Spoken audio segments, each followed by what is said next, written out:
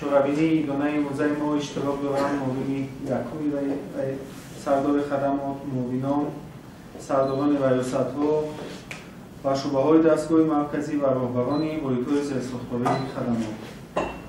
همزمان به حیث مهمان در جلسه امروزه ما اشتراک دارم دیرکتور تشکیلات جمعیتی خزینه ابوآسیایی آسیای مرکزی تاجیکستان نامزد انهای حقوق‌شناسی احمدزاده عظیم احمد.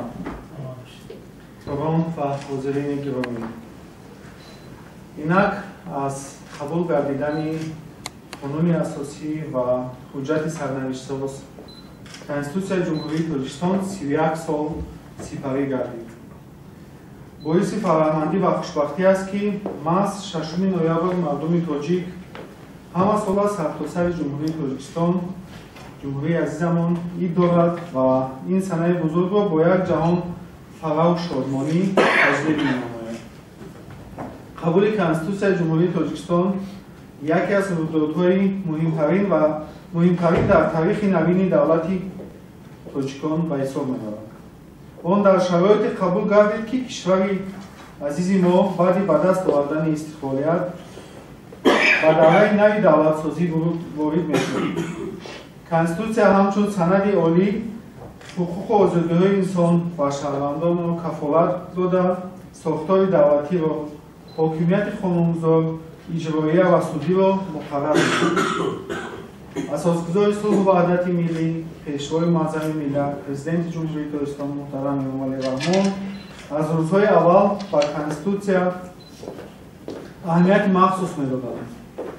تحت رهبری عاقلانه پیشوای معظم ملت بارها به کنستیتوسیا تغییر ایلابه‌ها وارد گردیدند که به طلبات زمان و رشد دموکراسی ملی جوابگو میباشند.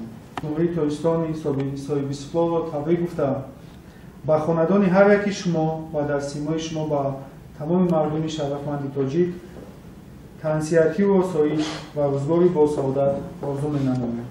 بگذار پرچم دولت صاحب استقلال ما و کنستیتوسیای مقدس ما همیشه بلند برداشته شود. تشکر.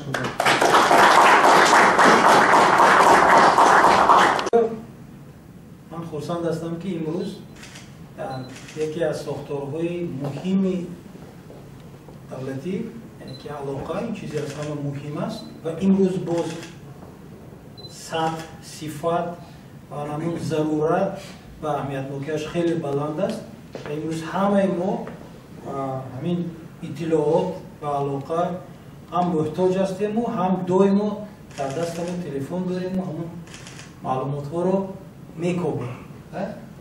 از این خاطر من برای شما بعضی هم معلومات های تاریخی و هم معلومات های حقوقی که در دایره تاجیکستان رو همچون دولت صاحب اختیار و دموکراتی شناخته یعنی که معیارهای کنستیتوسیونی اعتراف کرده شدن و باز هست دولت هایی که کنستیتوسیون همچون قانونی عادی است مثلا اسرائیل و یا میتوانند پارلمانتشون که هر عزیز و مهمان عالی‌قدر اولا شما را با فرارسی قبول کنستیتوسی جمهوری تاجیکستان از صمیم قلب تبریک می‌کنم. چقدر با معلومات و همگان معلوم است کنستیتوسی جمهوری تاجیکستان با تشبث اساسگزار و صلح و وحدت ملی پیشوای معظم ملت محترم امامعلی رحمان قبول کرد. در حقیقت کنستیتوسیا این پیش از همه حجت یوریدیکی می باشد که آن اساسهای ساختاری دولت، قانونیت و ترتیبات حقوقی را معین می‌کند. و آنجا ما 15 دقیقه ویدیو داشته معرفی‌گر تاریخی بای و غنی مردم تاجیک و شروع کردیم از همان خروش کبیر و اوست و بدنه اعلامیه حقوق بشر با سرکان چورابینی مانیتور 360 گرادوس داشت که خودت در موبایل میستی و محیط گویا که تو در همون محیط هستی و